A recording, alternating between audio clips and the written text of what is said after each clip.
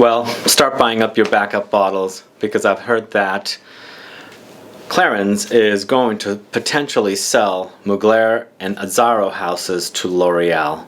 What does this mean? Well, stay tuned, we'll talk about it.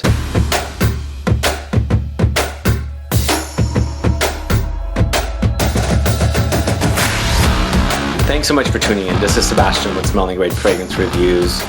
If you love watching videos about fragrances and this is the first time you're tuning into my channel, but you haven't subscribed yet, please click the subscribe button below and also click the bell so you'll be notified for future videos and giveaways. And yes, today it's not a review, no reviews here today, but I'm basically wanting to talk to you about what it means if L'Oreal does acquire Mugler and Azzaro, who are currently owned by Clarins Group. And Clarins Group is an actual brand on their own.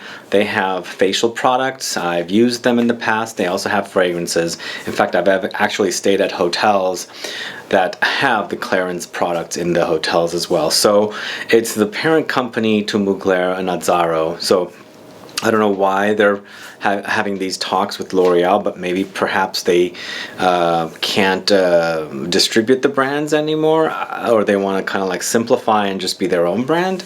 I don't really know, but the recent headline that I read was that L'Oreal is in talks to acquire Mugler and Azzaro potentially. So Mugler happens to be one of my top three houses. It's one of the brands I speak about a lot on this channel, along with Dior and Chanel. Those three are my top designers. Maybe I should also include Tom Ford. Tom Ford is another love for me as well. I speak about these brands the most. So 4 brands that I speak about. But Mugler has been a favorite of mine ever since I first smelled Angel on a woman who used to come into a store that I worked at while I was going to film school, and then I fell in love with buying Angel Men, which later became Amen. So this is a brand that's been releasing fragrances since 1992. Azzaro brand, on the other hand, is not a brand I speak about too much, but they've been making fragrances since the 70s, I think. I think the Azzaro Pour Homme came out in 78. I have a full review of it here on the channel. But anyway, this is news that I recently found, as I said, and I want to tell you a little bit about what this means. And of course, what is L'Oreal? L'Oreal is a conglomerate that owns many different houses, and these conglomerates also include Coty, who includes brands like Gucci and Bottega Veneta, Calvin Klein, Burberry, and more like that. And then there's L'Oreal, who I'll list with you what brands they own. They own many different brands, but the ones that are really significant are brands like Diesel, Armani, Gil Roche, Gloria Vanderbilt, Kiehl's, Lancome, Maison Margiela, Paloma Picasso, Provenza Schuler, Roger & Gallet, Ralph Lauren, Victor & Rolf, Urban Decay, and of course Yves Saint Laurent. Now, some of the brands I mentioned here at the list, they're not brands I speak about a lot, and there's a reason why I don't speak about these brands a lot, because L'Oreal is known for butchering fragrances from brands they represent, reformulating them so much that they don't smell similar to what they used to. And one of the first times I noticed this was, I loved the original YSL L'Homme. Loved it. I wore it in 2006. I bought it in Paris the very first time I went to France, and I bought it there and I wore it. But fast forward several years, I don't know when L'Oreal bought the brand. It could have been around that time anyway, but it never smelled the same. And in fact, everything started being watered down, reformulated, and it's something that L'Oreal supposedly does. And of course, you can totally notice it from the different fragrances from what you used to wear in the past and what they are currently. And there's brands I don't speak about much on this channel. Of course, Ralph Lauren being one of them, Armani another one of them, YSL. There's of course Diesel, and perhaps there's a couple more. But there is one brand I do speak about that they represent, and that brand is Maison Margiela. Maison Margiela, I really like this house because they didn't have fragrances in the past that I was used to that currently are being reformulated. I haven't really tested their fragrances with when they first came out, of course, but this house I do like, and I do include videos or do videos about this house, and I enjoy the fragrances, and as I said, I haven't really noticed much difference between the fragrances from the previous when they first launched them, because the replica collection came out probably around 2014, somewhere around there. But that's pretty much the only house that I speak about from the L'Oreal owned brands.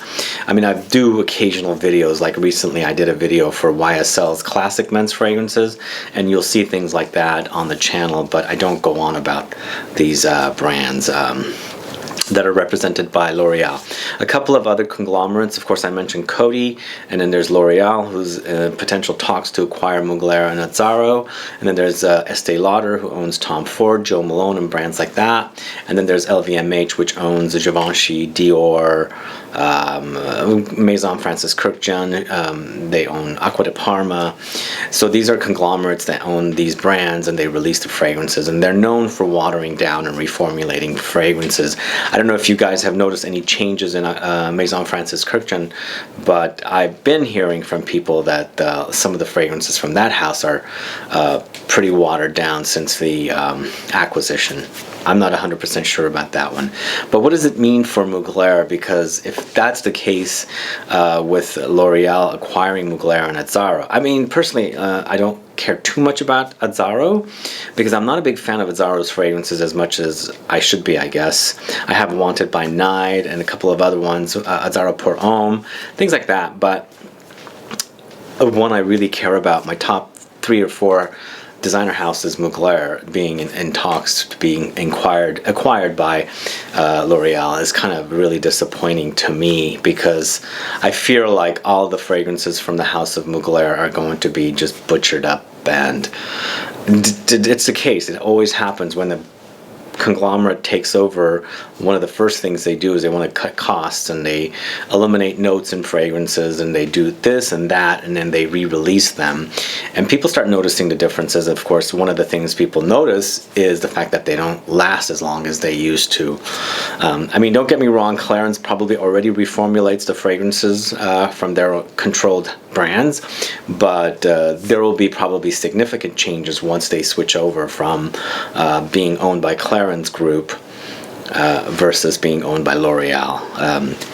So my fear is that's what's going to happen. Like fragrances like Pure Malt, Pure Havane, Cologne, and all of them could be like completely different and less performing, not so great performing, and things like that if this happens. And it's kind of scary, because those are some of my favorite designer fragrances, and thinking this in the back of my mind, are they going to get reformulated? Are they going to get butchered up? Should I buy backup bottles now because I love these scents so much? What's going to happen to them? We don't really know. This was just announced. It hasn't 100% happened yet, but it could. But if this is something that you guys fear as well, and you are a fan of the House of Mugler, you want to have backups of the fragrances because of the fact that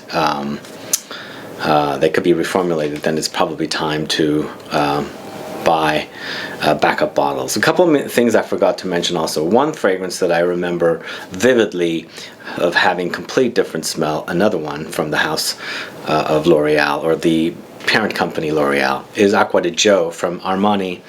That fragrance I wore for the first time in 1996 or 97, somewhere around there, just around the time of when Mugler's Amen came out, or Angel Men. That fragrance smells nothing like it used to today, from when it used to back then. It was very vibrant and big and lush and deep and rich, but now it seems more like a cologne, like an eau de cologne flown concentration rather than its full vibrancy of when I first remember smelling it. But that's another one. Another conglomerate that I also forgot to mention is Puig, and Puig owns Prada, Valentino, Comme des Garçons, and various other brands. So there are maybe a few more conglomerates out there, but those are the ones that I forgot to mention, just so that you guys get to be educated.